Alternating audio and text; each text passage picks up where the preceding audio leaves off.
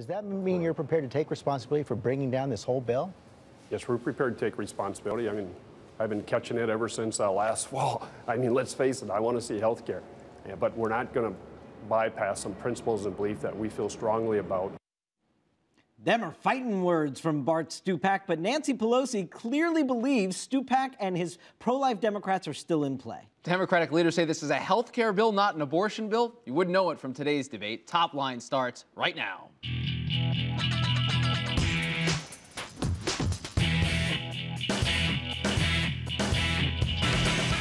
Hello and welcome to ABCNews.com's Top Line. I'm David Chalian. And I'm Rick Klein. Each weekday, we're bringing you the very latest political headlines, reporting, insight, analysis, everything you need and want to know about politics. And follow us via Twitter. It's twitter.com/The Note. Let us know what you think. Answer our Twitter question of the day or whatever else you want to say. The healthcare drumbeat rolls on, but what is your top line today? Indeed. Swamp things. We remember Nancy Pelosi talking about draining the swamp in Washington. It is getting muddy, however, for her and her leadership. Charlie Rangel steps down yesterday as chairman of the Ways and Means Committee. And then you add to that Eric Massa, who says he is not running for re-election under a strange set of circumstances that apparently some members of House leadership at least knew about. These allegations of harassment that are now being investigated by the Ethics Committee. It's just a terrible series of events for Democrats, and it feels so much like 2006. Right, because you have this idea of a vulnerable majority, you have ethical lapses, you have potential sexual scandals going on. All of that does add up and feels like 06, and we've been trying to find the comparative midterm year. Perhaps we should start looking at 06. The thing that was most astonishing to me was Steny Hoyer's statement last night. And that, to me, if he's known about this since February 8th, Pelosi says she hasn't known about it until yesterday, that there were even rumors out there, that begs more and more questions to be asked.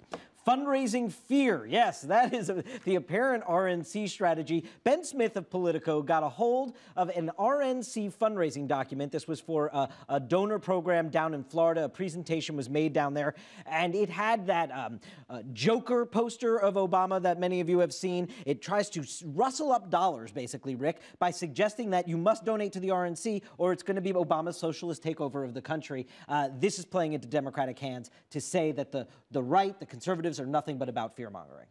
And this does not do Chairman Steele any good whatsoever. He's had some problems with big donors. This is not going to help. I mean, this kind of cartoonish depictions of folks, I don't think really serves either party very well. And there's a reason that something like this, when it gets out, that the Democrats are so eager to send it around, because it really makes the party look amateurish. And the RNC, in fact, tried to separate, saying Steele was not there, so they clearly know it's still there. It's still their document. Not resolved. Secretary of State Hillary Clinton tries to intervene in a matter involving the efforts to condemn the Armenian genocide, or label it as the Armenian genocide. This is a perennial issue in Congress, coming up for a vote in the House Committee, the Foreign Affairs Committee, this afternoon. But in this case, the Secretary of State saying, we don't want you to move ahead with this because it jeopardizes Turkish-U.S. relations. This is a shift from President Obama as candidate Obama. He was pretty clear that he wanted it labeled to be a genocide. It's just tougher when you're president. You're balancing so many different things in something like this. Not the first shift in foreign policy that we've seen from candidate Obama to President Obama, probably not the last. Patterson's future. That's our final top line tonight.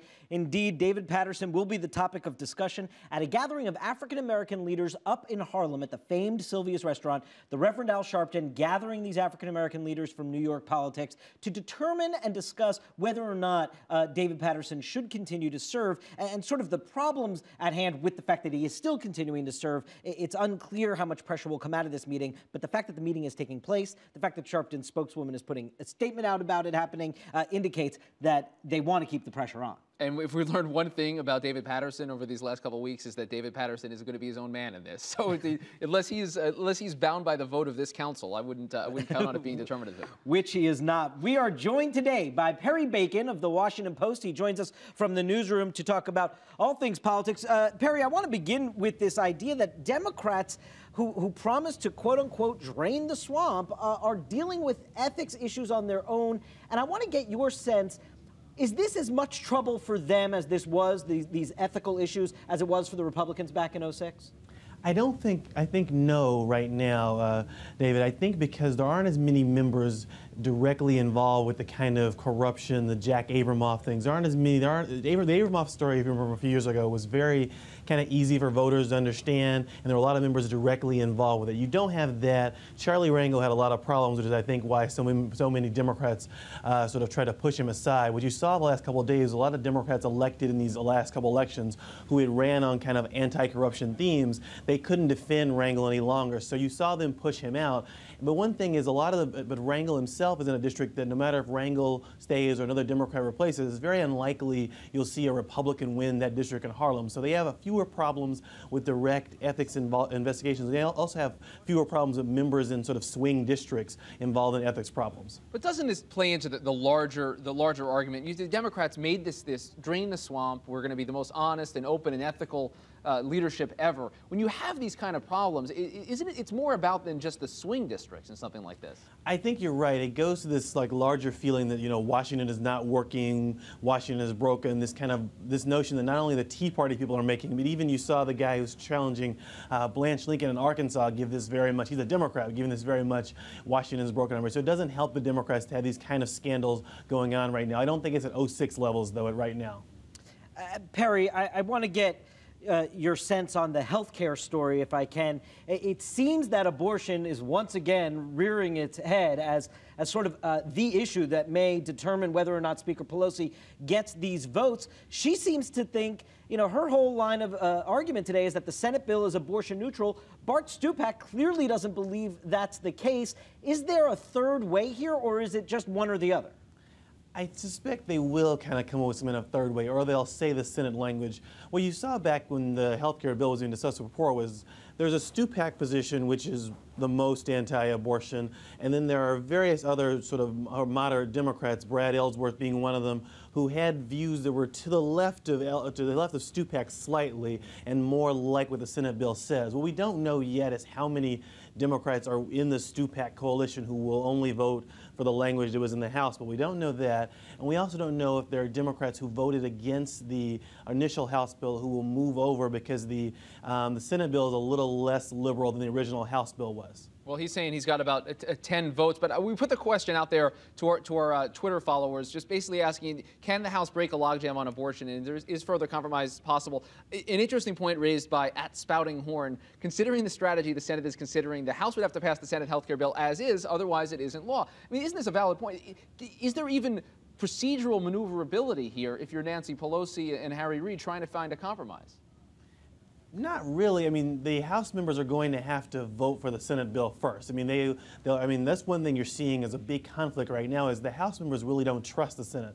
They don't like the Senate. So this whole notion they're going to sign a bill they don't like and then agree to fixes the Senate once, they're not very excited about it. I think Anthony Weiner was quoted saying yesterday along the lines of, we constantly, we trust the Senate once, shame on you. Second time, shame on us. Why should we leave the Senate? So that's becoming one of the big issues is how do you resolve the tension between the two chambers, which has existed for forever, but is really heightened right now.